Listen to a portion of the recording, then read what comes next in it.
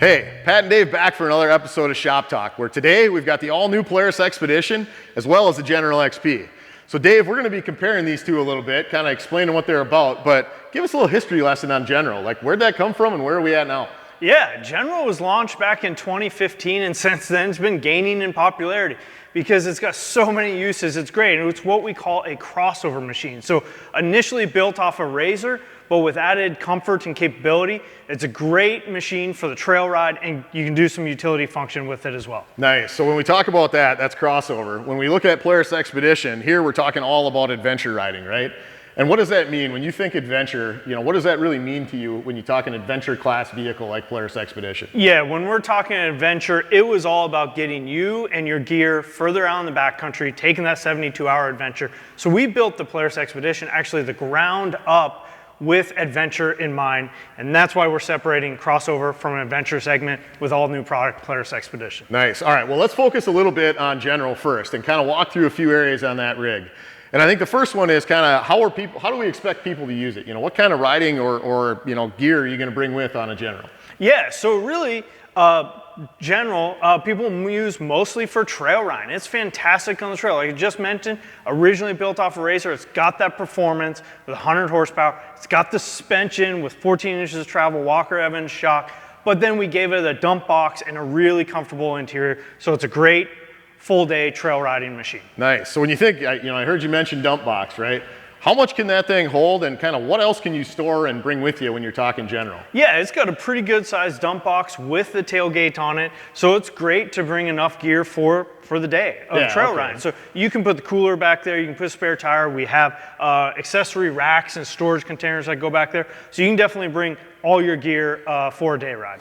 Yeah, and for me, I always bring people with when I'm out riding, right? So how many people can I haul in a General? Yeah, well, side-by-sides are all about socializing and showing other people the experience, right? So on General, you can we have a 2-seat as well as a 4-seat. And the beauty about the 4-seat is the rear seats are really comfortable. It's got the same seats in the front as the back. I call it first-class comfort for 4.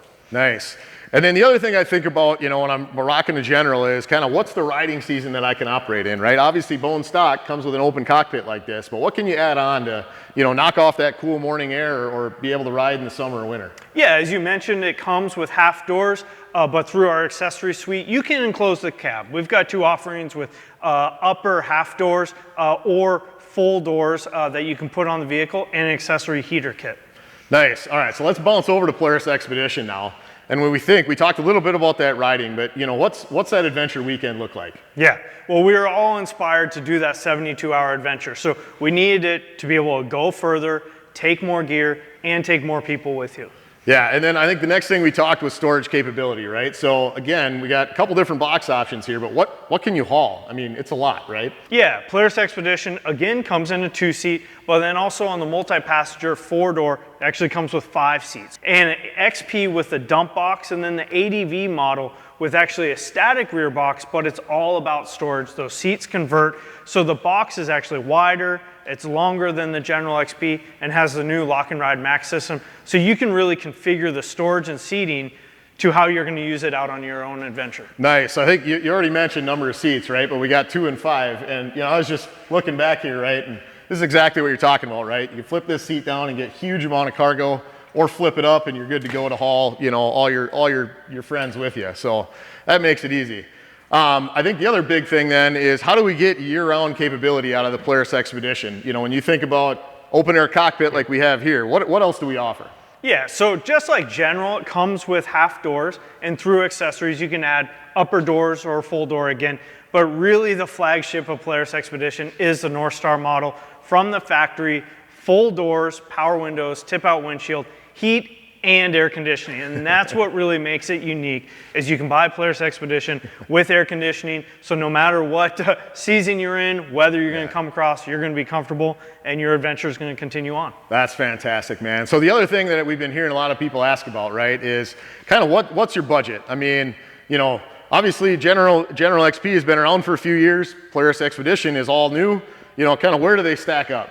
Yeah, definitely. It's all about the size of your adventure and the size of your budget. So we've got a full suite between general and expedition. No matter your adventure or your budget, we've got you covered. Nice. All right, so I think just to recap, Dave, both great machines, right? Both have slightly different use cases. Obviously, different storage capability, different hauling, different riding type, different number of people, different HVAC capabilities, slightly different budgets. Overall, both of these are fantastic units. I think that's it for this episode of Shop Talk. Be sure you guys like, comment, and subscribe. Let us know what you want to see next.